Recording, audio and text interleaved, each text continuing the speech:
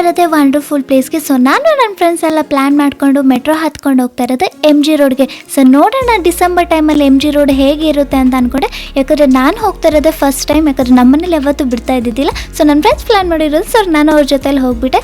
So ಹೊರಗಡೆ ಬಂದು ನೋಡಿದ್ರೆ ತುಂಬ ಜನ ಇದ್ದರು, ಆ ಕಡೆ ಈ ಕಡೆ ಕಾಲಿಡೋಕ್ಕೂ ಜಾಗ ಇದ್ದಿದ್ದಿಲ್ಲ.